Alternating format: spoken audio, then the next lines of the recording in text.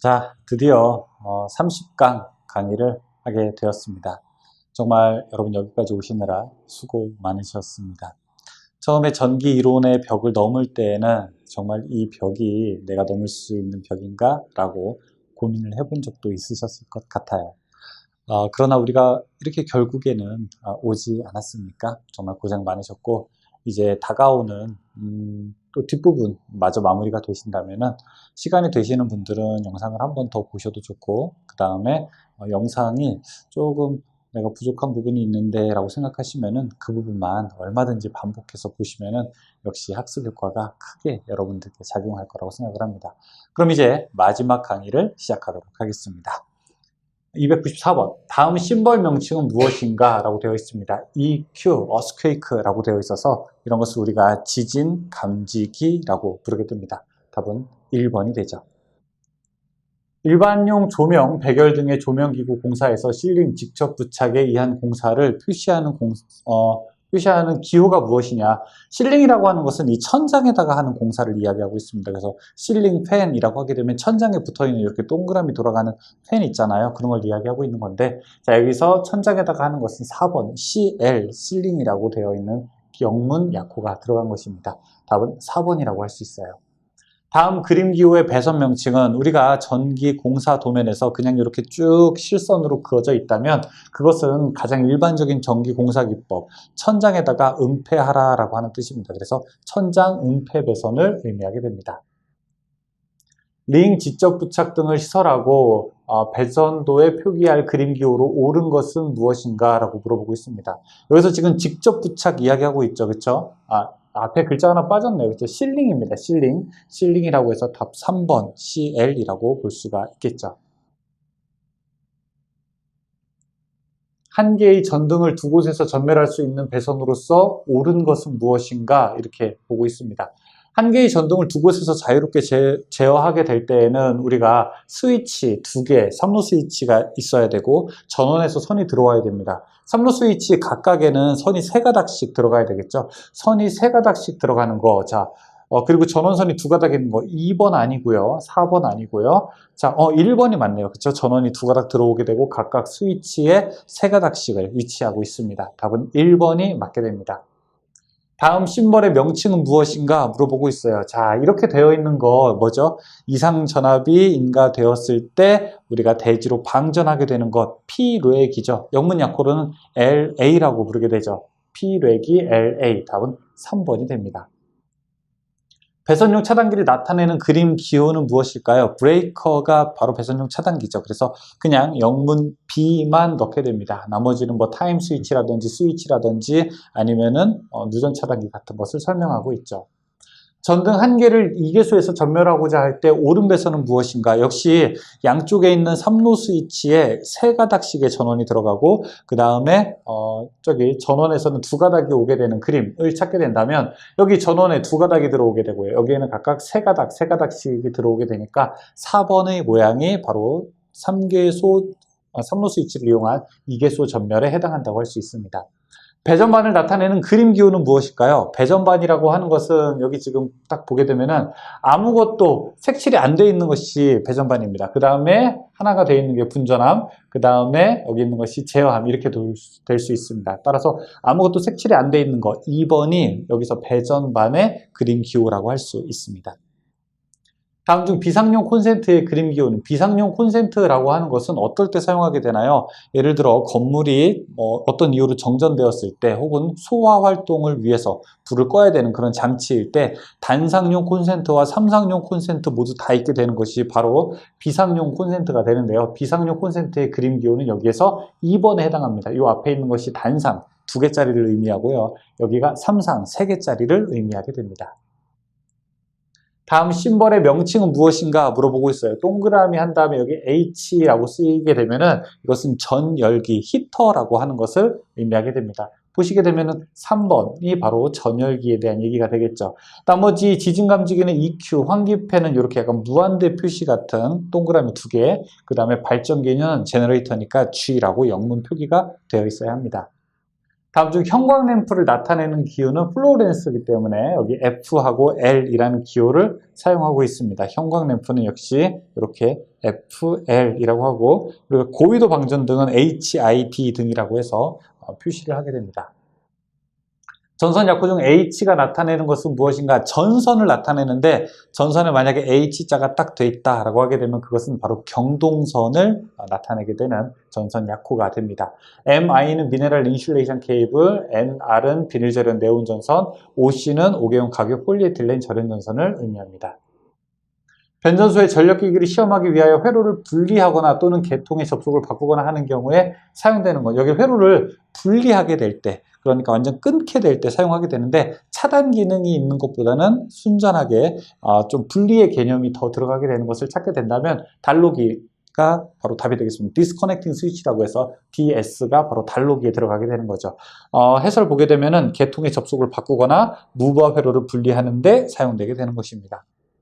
수전전력 500kW 이상인 고압 수전 설비의 인입구에 낙뢰나 혼촉 사고에 의한 이상 전압으로부터 선로와 기기를 보호할 목적으로 시설하는 것을 무엇이라고 하게 되는가? 자, 지금 보시게 되면은 수전 설비의 인입구에 그 다음에 낙뢰로부터 이상 전압을 방지하기 위한 것들, 이상 전압이 발생하게 되면 이것을 가지고 대지로 흘려주게 되는 역할, 이것을 누가 하게 되죠? 맞아요. P뢰기가 하는 겁니다. LA가 하게 되는 거죠. 다음은 3번. 고압 이상에서 기기의 점검, 수리 시 무전압, 무전류 상태로 전로에서 단독으로 전로의 접속 또는 접속 또는 분리하는 것을 목적으로 하는 거. 여기 보면은 무전압, 무전류 상태, 무부하 상태에서 분리하는 것을 목적으로 하는 것은 누구입니까? 2번의 단로기라고 할 수 있습니다. 답은 2번 단로기. 영문 약호로도 물어볼 수 있어요. DS라고 하면서 물어볼 수 있습니다. 단로기에 대한 설명으로 옳지 않은 것은 1번에 소호 장치가 있어서 아크를 소멸시킨다? 아니. 단로기는 아크를 소호시킬 수 있는 그런 능력이 없습니다. 아크를 소호시킬 수 있는 능력은 차단기에 있는 능력이죠. 그래서 1번은 해당된다고 할 수 없습니다. 차단기 문자 중에서 OCB는 무슨 뜻인가? 오일 서킷 브레이커라고 해서 이것을 우리가 유입 차단기라고 하게 되죠.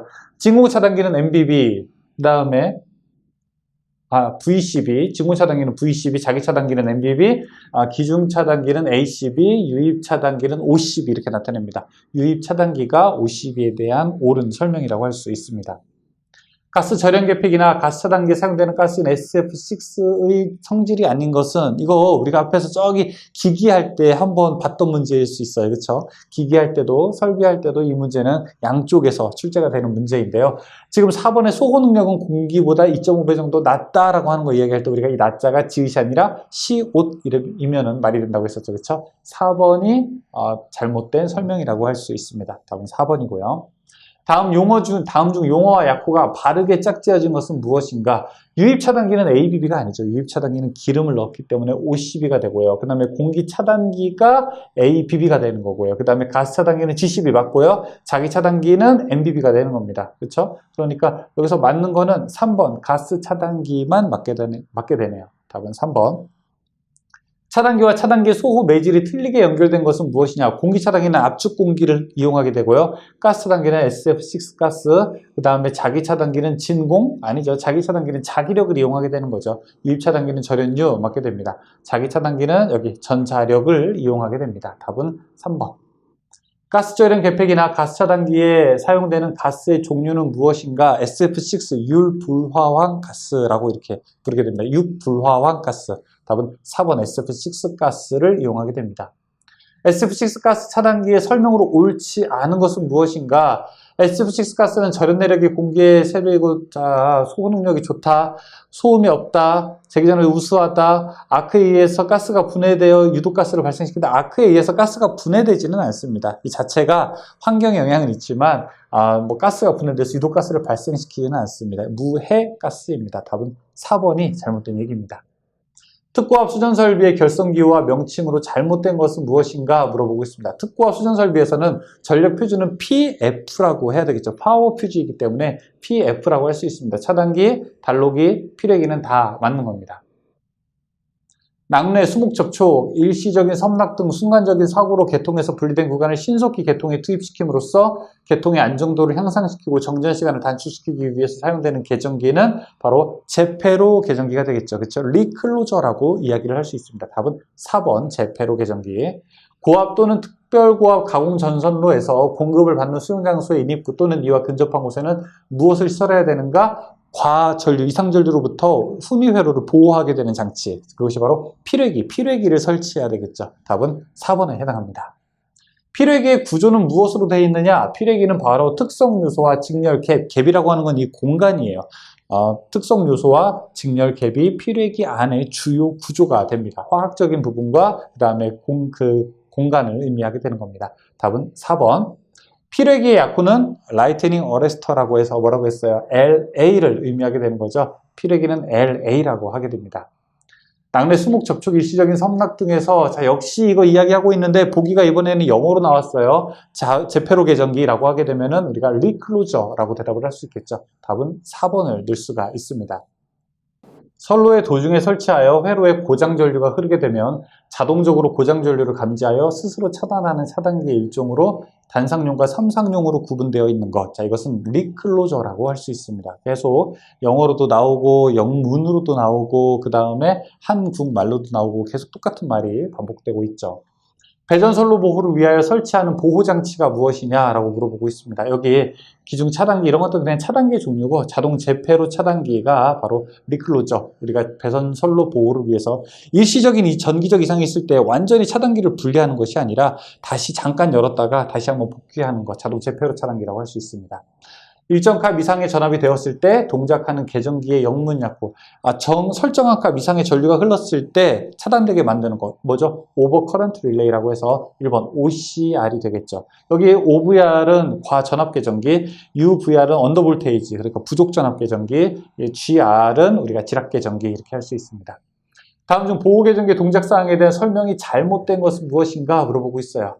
과전압 계전기 계기음 변압기 2차 전압을 걸어주고 결과에 동작한다. 이번에 과전류 계전기 변류기의 1차 측에 접속되어 주회로에 과부하 및 단락사고가 발생하면 1차 측 전류가 과전류 계전기 변류기의 1차 측에 접속되는 게 아니라 변류기의 2차 측에 접속되죠. 과전류 계전기는 측정하고자 하는 값은 변류기에서 일정하게 전류를 내린 값을 우리가 모니터링하게 되는 거죠. 2번이 잘못됐다고 할 수 있습니다. 답은 2번. 다음 중 거리 계전기에 대하여 올바르게 설명한 것은 무엇인가 라고 물어보고 있습니다. 거리라고 하게 되는 것은 어느 정도에서 거리에서 고장났는지 R값 구하는 거거든요. I분의 V, 전압을 전류로 나누게 되면 우리가 저항값을 알 수 있고 그 저항값을 계산하게 되면은 여기로부터 어느 정도 떨어진 지점에서 전기적 이상이 있는지를 검출할 수 있게 되는 것이죠. 그래서 전압과 전류의 비율로 우리가 계산하게 되는데 여기 3번이 옳은 설명이죠. 전압과 전류를 입력량으로 해서 전압과 전류의 비가 일정값 이하로 되면 동작하는 계전기이다 라고 되어 있습니다. 3번. 고압전류에 지락사고가 생겼을 때 지락전류를 검출하는 데 사용하는 것은 지락사고가 발생하게 되면 영상전류가 흐르게 되거든요. 영상전류를 검출하는 것은 이번에 ZCT, 영상변류기가 됩니다. 선택 지락 계전기의 용도는 이것도 어떻게 됐어요? 여러 회선 중에서 어떤 것이 고장났는지 그 고장 회선을 선택할 수 있다고 했었죠. 고장 회선을 선택하는 데 사용되는 거 선택 지락 계전기고 4번이 그 옳은 설명을 하고 있습니다. 다회선에서 접지 고장 회선의 선택이 되는 것입니다. 수변전 설비의 고압회로에 걸리는 전압을 표시하기 위해서 전압계를 시설할 때 고압회로와 전압계 사이에 시설하는 것. 고압회로를 일정하게 낮춰가지고 우리가 저압으로 만든 다음에 계측하게 되는 그런 장치. 계기용 변압기를 의미하게 되는 것이죠. 이 계기용 변압기가 영문으로 하게 되면은 PT라고 이제 이렇게 부르는 거죠. 계기용 변압기 PT, 계기용 변류기는 CT. 여기서는 전압계니까 계기용 변압기를 설명하고 있습니다. 답은 3번이 됩니다. 이종 절여물의 최고 허용 온도는 몇 도인가? 자, 이거 기억나세요? 저기 기기에서 했었는데 2종 숫자 기억나야 되는데 2종 하게 되면 숫자 뭐가 들어간다고 했었죠? 2가 들어가야 된다고 했죠. 숫자 2가. 그렇죠? 120도. 답은 3번이 되게 됩니다. B종 하게 되면 기억나세요? B종 130. 그렇죠? B가 숫자 1, 3이랑 같다고 했었잖아요. 그렇죠? 자, 저압 배전반에서 앞면 또는 조작계 측면의 최소 유지거리는, 자, 여러분 이 칠판이 배전반이라고 하게 되면 이 배전반을 짠 하고 열었을 때 충분하게 앞벽과 사이가 있어야 되겠죠. 그 최소한의 거리가 바로 1.5m 정도가 됩니다. 그래서 앞면과는 적어도 1.5m 사이의 여유가 있어야 됩니다. 답은 3번 1.5m. 인입 개폐기가 아닌 것은 무엇인가? ASS, LBS, LS 다 개폐기의 종류가 되는데 4번의 UPS라고 하는 것은 무정전 전원 공급장치죠. 그렇죠? 4번은 해당되지 않습니다. 일반적으로 학교 건물이나 은행 건물 등의 간선의 수용률은 얼마로 놓게 되는가? 전체적으로 전기 다 쓸 때는 약 70%까지 쓸 수 있다고 계산을 하고 우리가 건축 부하를 상정하게 됩니다. 답은 3번의 70%가 됩니다.